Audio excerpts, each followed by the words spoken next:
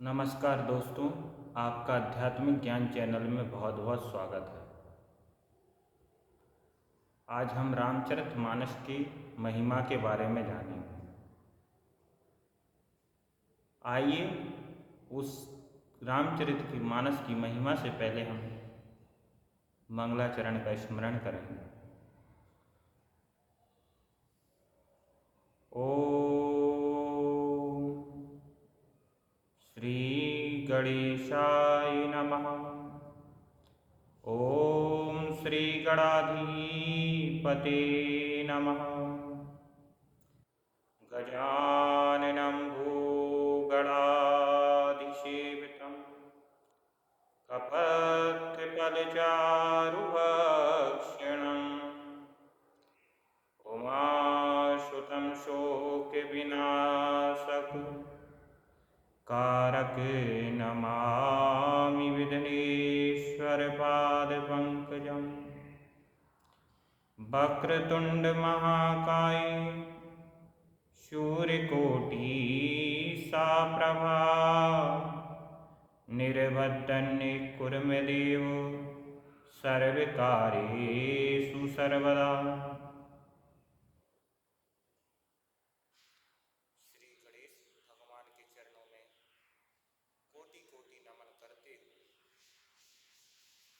माँ सरस्वती जी के चरणों में कोटि कोटि नमन करते हुए,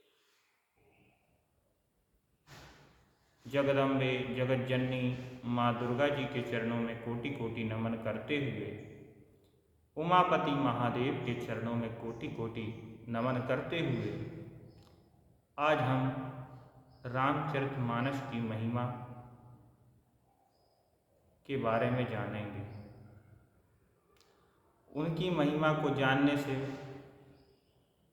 पहले जिस प्रकार शरीर को साफ करने के लिए स्नान करने की आवश्यकता होती है, उसी प्रकार मन को साफ करने के लिए भगवान नाम,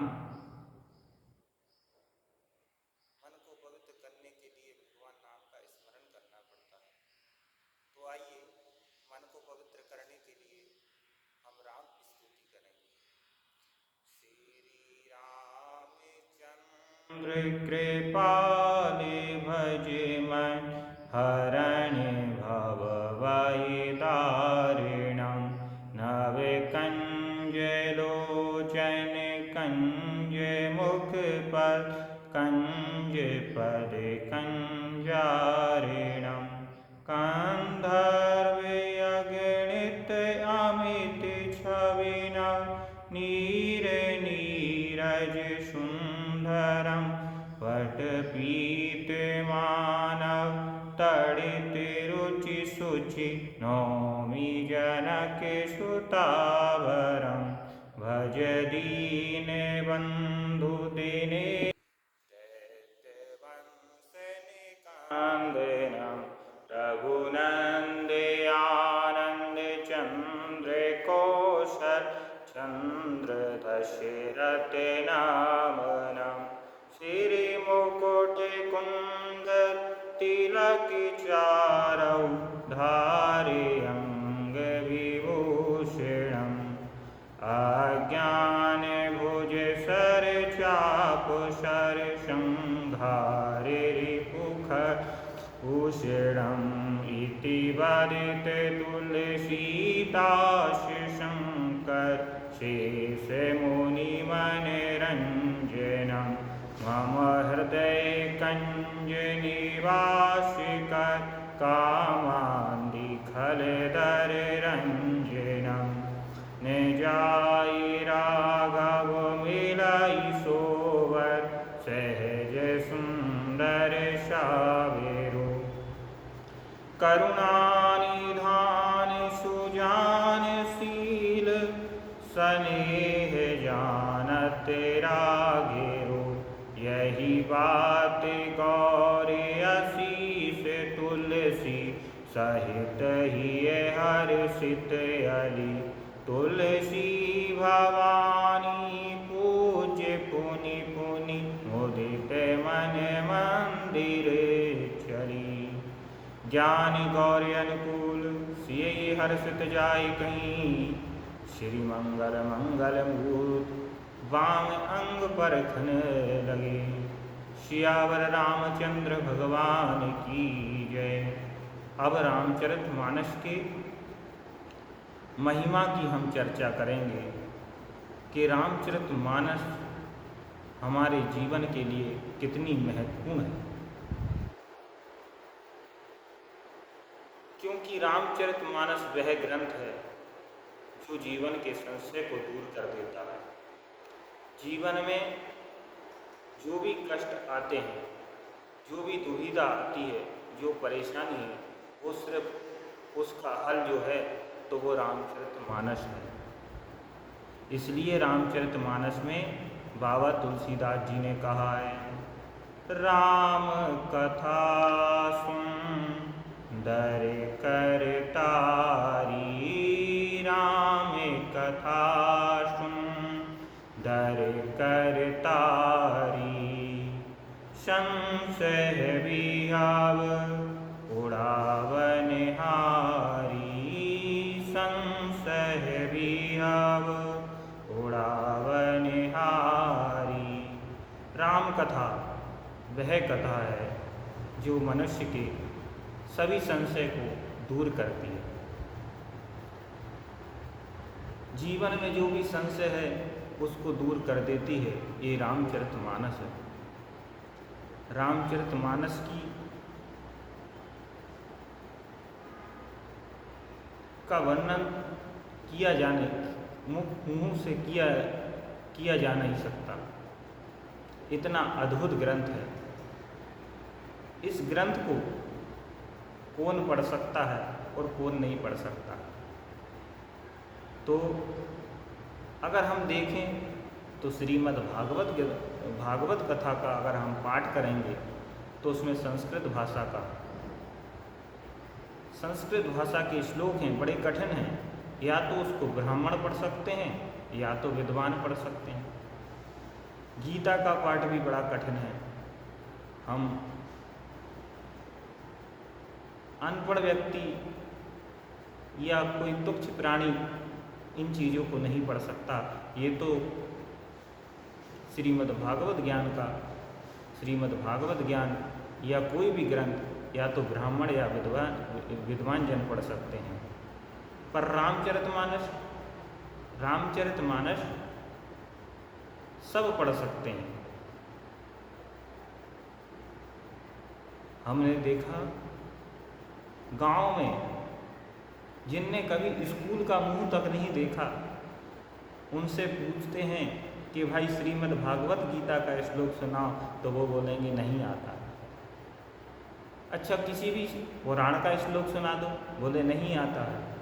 पर अच्छा उनसे बोलेंगे रामचरितमानस की कोई एक चौपाई सुना दो, तो फट से जो तैयार हो जाएंगे और कह देंगे मंगल भवनिया मंगलहारी। दिवाऊं सुदशरथ अजर बिहारी। ये रामचरितमानस की कृपा है। जो रामचरितमानस को मूर्ख व्यक्ति भी पढ़ सकता है, उसका गुणगान कर सकता है। ये बड़ी अद्भुत भाषा में रामचरितमानस का वर्णन तुलसीदास जी ने किया है। अवधी भाषा में बड़ी प्यारी भाषा है। इसको जब पढ़ते हैं रामचरितमानस को तो मन खुशी से भरपूर हो जाता है। एक आनंद अंदर से उठने लग जाता है और ऐसा लगता है कि इसको पढ़ते चले जाओ। हर समस्या का हल रामचरितमानस में मिल जाएगा। एक बार सभी संतों में बहस हो गई। कोई कहता है श्रीमद् भागवत बड़ा छोटा कुछ नहीं होता है, सबके मत होते हैं। कई बार प्यार की लड़ाई भी संतों के बीच में हो जाती है। तो ऐसे ही एक बार संतों के बीच में झगड़ा हो गया।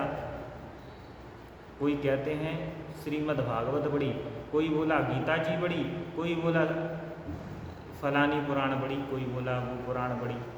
18 पुराण सब अपनी अपनी जो जिसमें विद्वान है वो सब अपनी अपनी पुराण का वर्णन कर रहे हैं। तुलसीदास जी एकदम चुपचाप।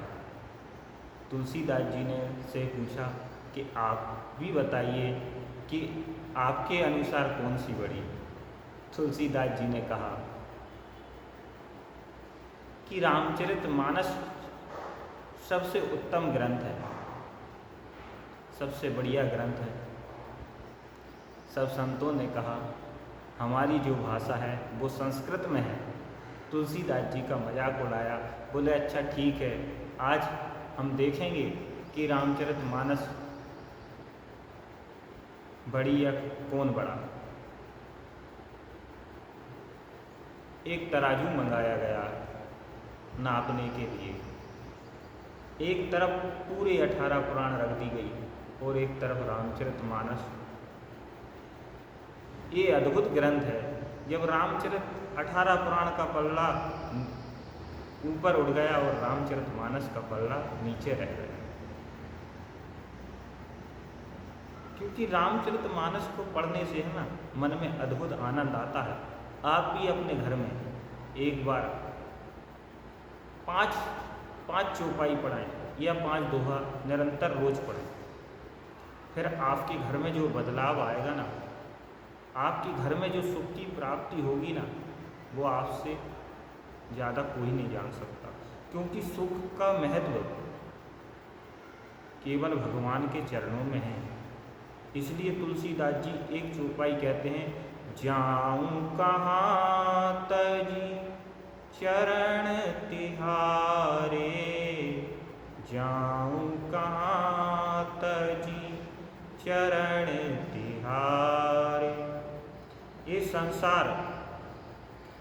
संसार मृत्यु लोक है, एक समुद्र है। ये संसार एक समुद्र बताया तुलसीदास जी ने, ये समुद्र है और हम निरंतर यात्रा कर रहे हैं।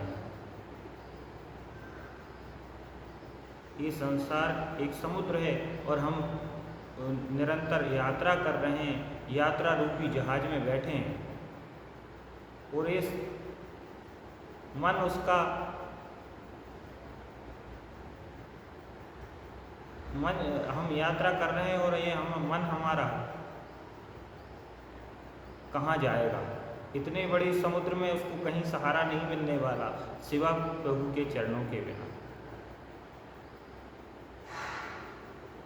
आप घूम फिर के कहीं भी चले जाइए पूरी दुनिया में, जब दुख तकलीफ आती है ना, तब आपको कोई सहारा देने वाला नहीं है। जब आपके पास समस्या आती है तब आपका कोई साथ नहीं देगा, सिर्फ देगा तो भगवान नाम देगा। इसलिए कहते हैं सुख में सुमरन सब करे, दुख में करे न कोई। सुख में सुमरन सब करे तो दुख काहे कोई। अगर हम सुख में भगवान का सुमरन करते हैं तो दुख होने का ही नहीं। इसलिए श्रीमद् भागवत गीता में, भागवत जी में एक प्रसंग आता है। माता कुंती जब पांडवों की विजय हुई, कृष्ण भगवान जाने लगे, तब कृष्ण भगवान ने माता कुंती से कहा कि हे बुआ, मैं जा रहा हूँ, आप मुझे आज्ञा दीजिए। और आज्ञा के पीछे मैंने सबको सब कुछ दिया, पर आपको कभी कुछ नहीं दिया दुख के अलावा। तो आप आज मेरे को बताइए कि आपकी क्या इच्छा है। वाह माँ कुंती। कुंती जी कहती हैं मुझे कुछ नहीं चाहिए, फिर भी मांगो क्या चाहिए। तो कुंती जी बोलती है कि प्रभु, अगर आप देना चाहते हैं तो दुख दे दीजिए। कन्हैया के आंख में आंसू आने लगे, कहने लगे माँ कुंती, ये क्या मांगा? जीवन में दुख की तुमको कोई कमी रही है क्या? कौन सा दुख है जो तुमने देखा नहीं है और आज फिर से दुख मांगने जा रही हो? अरे मांगो तो कुछ अच्छा मांगो। बोले कन्हैया मुझे कुछ नहीं चाहिए। अरे जब जब जब दुख हमारे साथ रहा, जब जब हमारे पास दुख आया, तब तुम हमारे साथ रहे। आज सुख की प्राप्ति हुई तो तू जा रहा है हमें छोड़कर। तो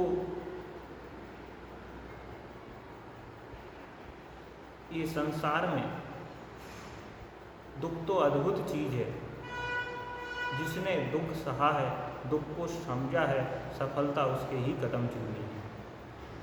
ये तो श्रीमद् भागवत गीता रामचरितमानस भी यही कहती है।